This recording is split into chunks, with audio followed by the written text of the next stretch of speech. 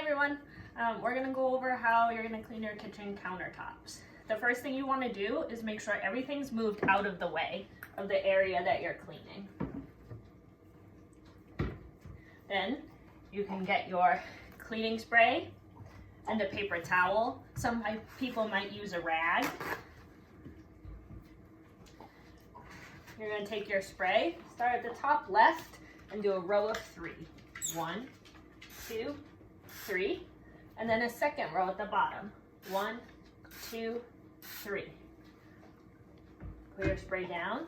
With your paper towel or your rag, you can start at the top corner and wipe across and back and move all the way down.